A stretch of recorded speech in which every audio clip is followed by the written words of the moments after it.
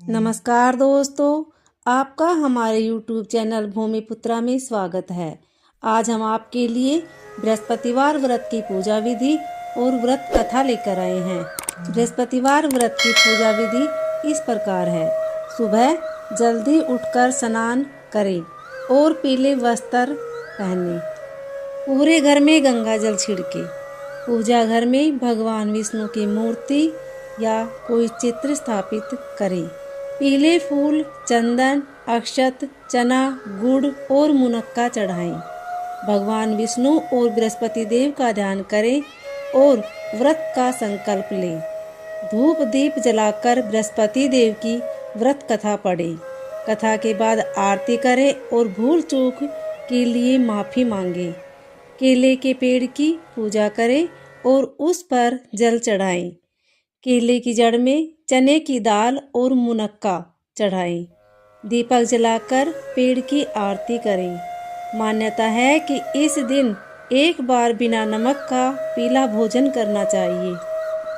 प्रसाद के रूप में केले चढ़ाना शुभ माना जाता है, लेकिन इन्हें दान में देना चाहिए। कहा जाता है कि गुरुवार का व्रत लगातार 16 गुरुवार रखना चाहिए और 17वें गुरुवार को व्रत का उद्यापन करना चाहिए। तो चलिए सुनते हैं गुरुवार व्रत की कथा। प्राचीन काल की बात है। किसी राज्य में एक बड़ा प्रतापी और दानी राजा राज करता था।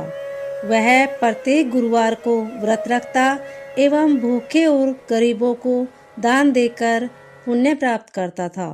परंतु यह बात उसकी रानी को अच्छी नहीं लगती थी। वह न तो व्रत करती थी और न ही किसी को एक पैसा भी दान देती थी, और राजा को भी ऐसा करने से मना करती थी। एक समय की बात है, राजा शिकार खेलने के लिए वन चले गए थे। घर पर रानी और दासी थी। उसी समय गुरु बृहस्पति देव साधु का रूप धारण कर राजा के दरवाजे पर भिक्षा मांगने आए। साधु ने जब रानी से भिक्षा मांगी तो वह कहने लगी, हे साधु महाराज, मैं इस दान और पुण्य से तंग आ गई हूँ। आप कोई ऐसा उपाय बताएं जिससे कि सारा धन नष्ट हो जाए और मैं आराम से रह सकूं। बृहस्पति देव ने कहा, हे देवी, तुम बड़ी विचित्र हो। संतान और धन से कोई दुखी होता है क्या? अगर अधिक धन है तो इसे शुभ कार्य में लगाओ। कुंवारी कन्याओं का विवाह कराओ। विद्यालय और बाग बगीचे का निर्माण कराओ, जिससे तुम्हारे दोनों लोग सुधरे। परंतु साधु की इन बातों से रानी को खुशी नहीं हुई। उसने कहा कि मुझे ऐसे धन की आवश्यकता नहीं है जिसे मैं दान दूं और जिसे संभालने में मेरा सारा समय नष्ट हो जाए। तब साधु ने कहा, यदि तुम्हारी ऐसी इच्छा है तो मैं जैसा तुम्हें बताता हूँ तुम वैसा ही करना। गुरुवार के दिन तुम घर को गोबर से लीपना। अपने केसों को पीली मिट्टी से धोना। केसों को धोते समय स्नान करना। राजा से हजामत बनाने को कहना। भोजन में मांस मदिरा खाना। कपड़ा धोबी के यहाँ धुलने डालना। इस प्रकार 7 बृहस्पतिवार करने से तुम्हारा समस्त धन नष्ट हो जाएगा। इतना कहकर साधु रूपी बृहस्पति देव अंतर्ध्यान हो गए। साधु के अनुसार कई बातों को पूरा करते हुए रानी को केवल 3 बृहस्पतिवार ही बीते थे कि उसकी समस्त धन संपत्ति नष्ट हो गई। भोजन के लिए राजा का परिवार तरसने लगा। तब एक दिन राजा ने रानी से बोला कि हे रानी, तुम यहीं रहो, मैं दूसरे देश को जाता हूँ, क्योंकि यहाँ पर सभी लोग मुझे जानते हैं, इसलिए मैं कोई छोटा कार्य नहीं कर सकता। ऐसा कहकर राजा परदेश चला गया। वहाँ वह जंगल से लकड़ी काट कर लाता और शहर में बेचता। इस तरह वह अपना जीवन व्यतीत करने लगा। इधर राजा के परदेश जाते ही रानी और दासी दुखी रहने लगी। एक बार जब रानी और दासी को 7 दिन तक बिना भोजन के रहना पड़ा तो रानी ने अपनी दासी से कहा, हे दासी, पास ही के नगर में मेरी बहन रहती है, वह बड़ी धनवान है, तू उसके पास जा और कुछ ले आ ताकि थोड़ी बहुत गुजर बसर हो जाए। दासी रानी की बहन के पास गई और उस दिन गुरुवार था। रानी की बहन उस समय बृहस्पतिवार व्रत की कथा सुन रही थी। दासी ने रानी की बहन को अपनी रानी का संदेश दिया, लेकिन रानी की बड़ी बहन ने कोई उत्तर नहीं दिया। जब दासी को रानी की बहन से कोई उत्तर नहीं मिला तो वह बहुत दुखी हुई और उसे क्रोध भी आया। दासी ने वापस आकर रानी को सारी बात बता दी। सुनकर रानी ने अपने भाग्य को कोसा। उधर रानी की बहन ने सोचा कि मेरी बहन की दासी आई थी, परंतु मैं उससे नहीं बोली, इससे वह बहुत दुखी हुई होगी।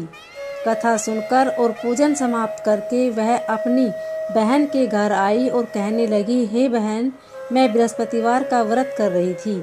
तुम्हारी दासी मेरे घर आई थी, परंतु जब तक कथा होती है तब तक न तो उठते हैं और न ही बोलते हैं, इसलिए मैं नहीं बोली। कहो दासी बोली, बहन, तुझसे क्या छिपाऊं, हमारे घर में खाने तक को अनाज नहीं था।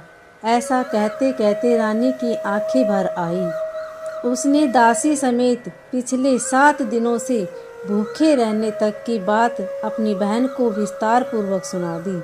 रानी की बहन बोली, देखो बहन, भगवान बृहस्पति देव सबकी मनोकामना को पूर्ण करते हैं।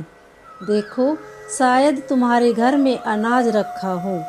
पहले तो रानी को विश्वास नहीं हुआ, पर बहन के आग्रह करने पर उसने अपनी दासी को अंदर भेजा तो उसे सचमुच अनाज से भरा एक घड़ा मिल गया।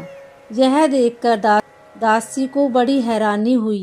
दासी रानी से कहने लगी, हे रानी, जब हमको भोजन नहीं मिलता तो हम व्रत ही तो करते हैं, इसलिए क्यों न इससे व्रत और कथा की विधि पूछ ली जाए ताकि हम भी व्रत कर सकें।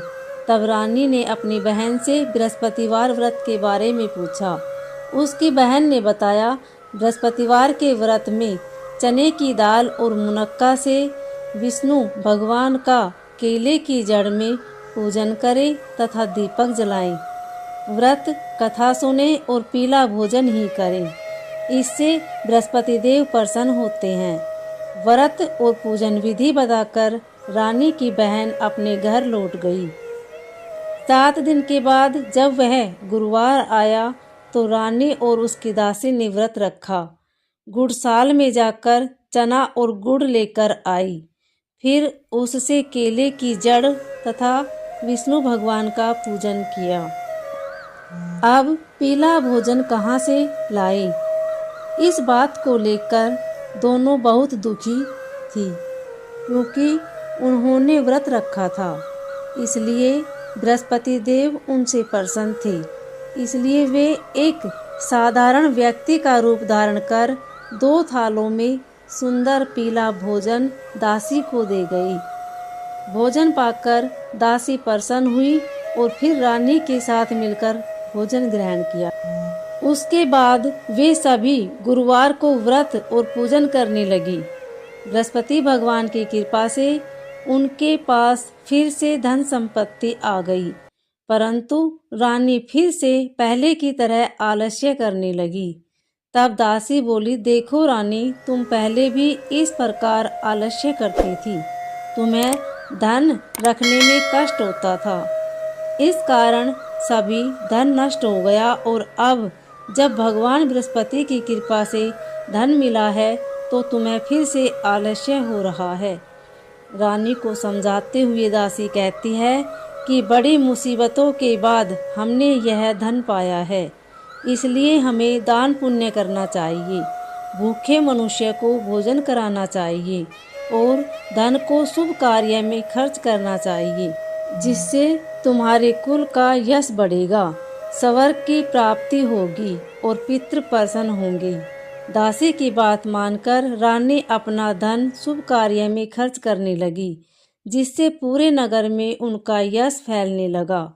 बृहस्पतिवार व्रत कथा के बाद श्रद्धा के साथ आरती करनी चाहिए। इसके बाद प्रसाद बांटकर उसे ग्रहण करना चाहिए।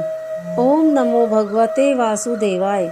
उम्मीद है आपको यह कथा अच्छी लगी होगी। अगर अच्छी लगे तो वीडियो को लाइक शेयर सब्सक्राइब जरूर करें। कमेंट में ओम नमो भगवते वासुदेवाय अवश्य लिखें। धन्यवाद।